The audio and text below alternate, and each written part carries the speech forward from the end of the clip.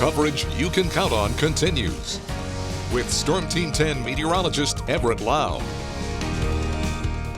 Well, let's get a peep at the Easter Sunday forecast. Looking very nice across the Wabash Valley. Kind of chilly to start with temperatures in the upper 30s, but we'll make it into the upper 50s by lunchtime and temperatures topping out in the middle to upper 60s for our daytime highs. And as we look at the Storm Team 10 storm tracker this evening, nothing but a clear sky out there. Not much going on all across the Midwest, so that's going to keep the weather nice and quiet over the next few days.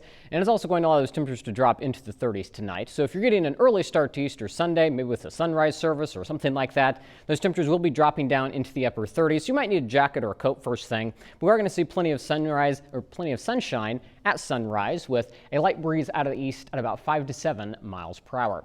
Temperature-wise right now, many spots still holding on to the 50s, but we are starting to drop down into the 40s in a few spots. 49 for Rockville, Vincennes, and Washington. 53 in Newton, 54 for Mattoon. It's 50 in Paris and 54 down in Lagodi.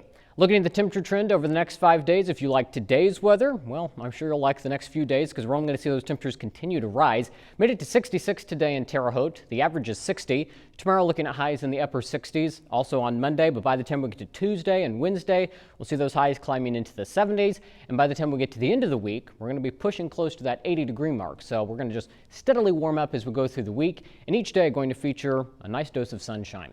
So looking at Futurecast going through the rest of the night, you can see that clear sky that is in place with a light breeze out of the east. Not much else going on. And that's going to take us right into Easter Sunday, so a lot of sunshine on the way for tomorrow. As we get into the afternoon hours, we may see a few high clouds pass overhead, but that won't do too much for us. Maybe filter out the sunshine just a little bit. Going into tomorrow night, we're going to keep a mostly clear sky in place, so temperatures will drop down closer to 40 degrees. We get into Monday, pretty much copy and paste forecast. We'll see temperatures climb by maybe a degree or two. But once again, a lot of sunshine with a few passing clouds as we get into the afternoon. And as I mentioned, the forecast stays quiet for the next few days. So luckily, not much headed our way, which I think we could use after all the rocky weather we had in the past week.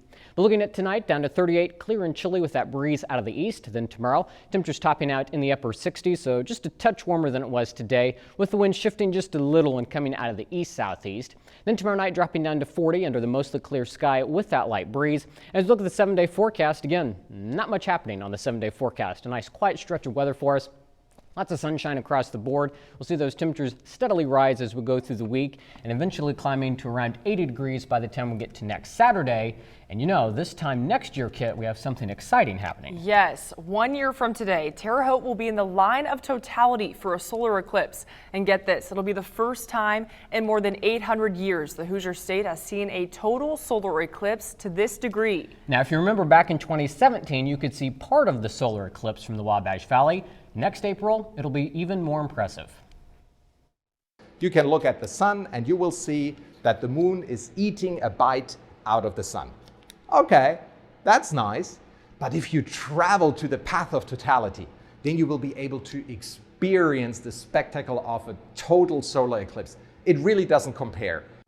Wow. So Everett, how much of the Wabash Valley is expected to be in the path of totality? Well, fortunately, most of the Wabash Valley, most of you watching, won't have to travel anywhere to see this spectacular sight. You can take this map and you can see that any of those shaded areas will be in the path of totality. And the closer you are to that red line, you could be in the dark when the moon blocks some of that sunlight for up to 4 minutes. So certainly going to be a neat sight a year from today. Oh my gosh. And there are several events planned for the solar eclipse in the Wabash Valley. Stay tuned to News 10 to learn more as we prepare for the once-in-a-lifetime event.